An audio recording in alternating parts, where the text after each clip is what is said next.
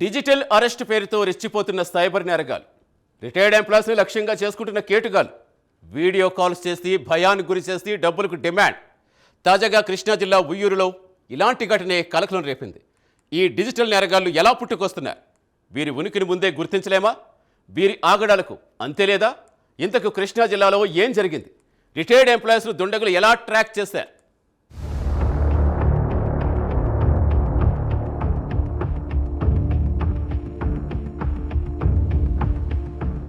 Digital అరెస్టుల పేరిట దుండగులు హల్చల్ సృష్టించారు. రిటైర్డ్ వ్యక్తులే టార్గెట్గా రెచ్చిపోయారు. భారీగా నగదు డిమాండ్ చేస్తూ దొరికిపోయారు. ఈ ఘటన కృష్ణా జిల్లా ఉయ్యూరులో జరిగింది.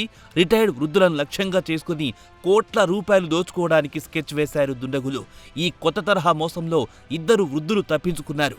ఉయ్యూరు పోలీసులు అప్రమత్తంగా వ్యవహరించడంతో పెద్ద మోసం తప్పింది.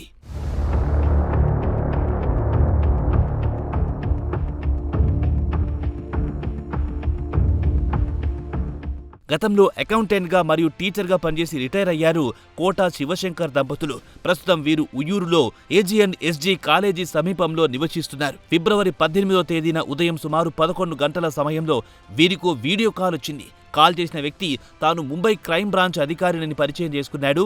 మీ ఆధార్ కార్డు ద్వారా 25 లక్షల రూపాయలు మనీ లాండరింగ్ జరిగిందని భయపెట్టాడు. దీనిపై సుప్రీంకోర్టు నుంచి అరెస్టు వారెంట్ జారీ అయ్యిందని చెప్పాడు. Sir, you are visible, sir. Sir, you are visible. You are visible, sir. Thank you very much, sir. Thank you very much, sir. That's why I'm asking you, sir. You are still visible, sir. अपना मुंह दिखाया इसलिए बोल Yes, sir. Yes, sir. Yes, sir. Yes, sir. Please wait. Please wait. Don't you have shy to do such things? Elderly people, don't you have shy? Bastard, what are you doing? Where are you from? Where are you from? Come visible to me. Mr. Sivasankar, now you break the national secret. Now. What are you talking? What are you doing? Don't you have shy? Police. Remember, we will catch you. We will put you behind the bus.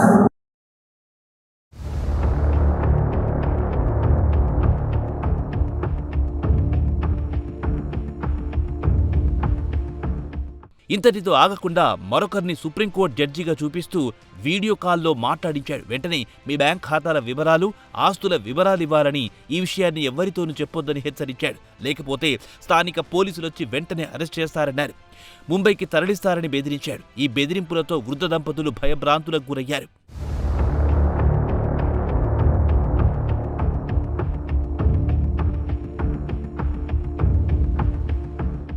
గతంలో పోలీసులు చేపట్టిన cyber అవగాహన కార్యక్రమాలు వీరికి కొంత మేలు చేశాయి. అనుమానం వచ్చిన వెంటనే ఉయ్యూరు స్టేషన్ హౌస్ ఆఫీసర్కు సమాచారం అందించారు. సమాచారం అందుకున్న పోలీసులు వెంటనే అక్కడికి చేరుకుని పరిస్థితిని గమనించారు. అదే సమయంలో ముంబై క్రైమ్ బ్రాంచ్ అధికారిగా చెప్పుకున్న నకిలీ వ్యక్తి మళ్లీ స్క్రీన్పై కనిపించాడు. నిజమైన పోలీస్ అతనితో మాట్లాడేందుకు ప్రయత్నించగా ఆ ఫేక్ కాలర్ వెంటనే లైన్ కట్ చేసి ఆఫ్లైన్లోకి వెళ్లిపోయాడు.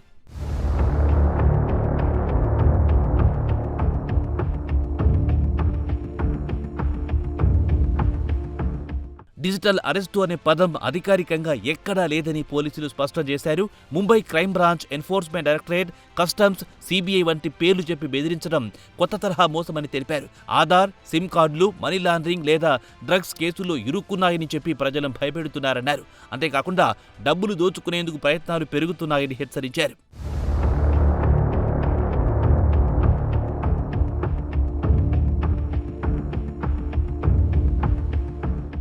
ఈ సందర్భంగా పోలీసులు ప్రజలకు కీలక సూచనలు చేశారు. ఎవరైనా ఫోన్ లేదా వీడియో కాల్ ద్వారా అధికారులమని చెప్పి బెదిరిస్తే వెంటనే నమ్మకూడదని సూచించారు. వ్యక్తిగత బ్యాంక్ వివరాలు, ఓటీపీలు, ఆస్తుల సమాచారం ఎట్టి పరిస్థితుల్లోనూ ఇవ్వొద్దని తెలిపారు. అనుమానం వచ్చిన వెంటనే మీ సమీప పోలీస్ స్టేషన్కు లేదా 1930 సైబర్ హెల్ప్ లైన్కు ఫిర్యాదు చేయాలన్నారు. ఉయ్యూరు పోలీసులు చూపిన అప్రమత్తత వల్ల ఓ పెద్ద సైబర్ మోసం తప్పింది. ప్రజలు కూడా జాగ్రత్తగా ఉంటే ఇలాంటి నేరాలను అడ్డుకోవచ్చని అధికారులు పేర్కొన్నారు.